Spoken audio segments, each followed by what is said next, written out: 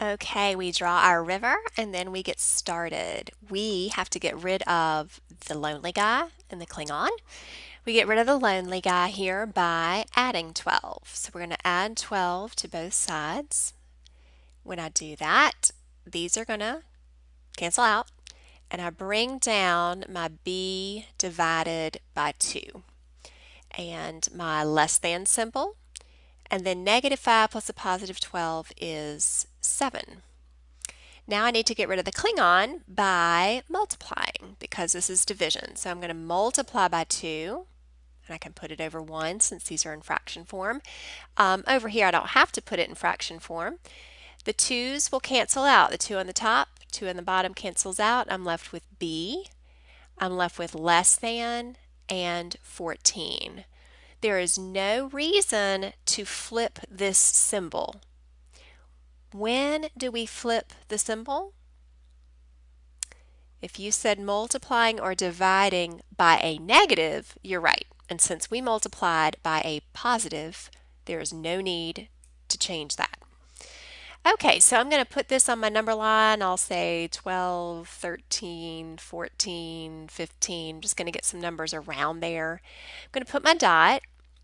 It needs to be an open dot because it does not have the equal sign as part of its symbol, so I'm not going to color it in. And then the symbol points, as long as your variable is in front, your symbol is going to point exactly the same direction as the arrow. So that's how my arrow is going to go.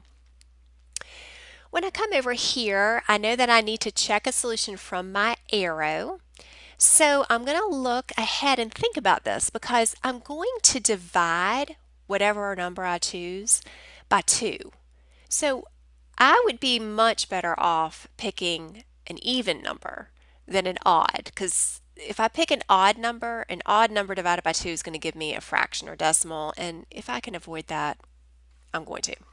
So I think I'm going to skip over the 13 and maybe use 12. So I'm going to say that 12 is going to be the number that I choose.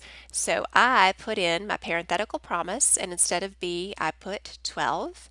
And everything else comes down, and now I just do the math.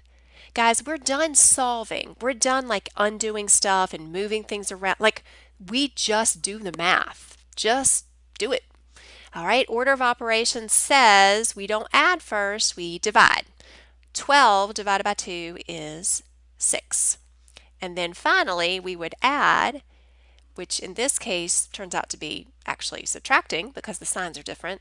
And a negative 12 plus a positive 6, I'm going to subtract and just keep the sign of the bigger number, quote unquote bigger. And so when I bring this down, I ask myself, is this a true statement? Well, negative 6 is less than, looks like an L, negative 5. So I'm 95% sure that I'm right.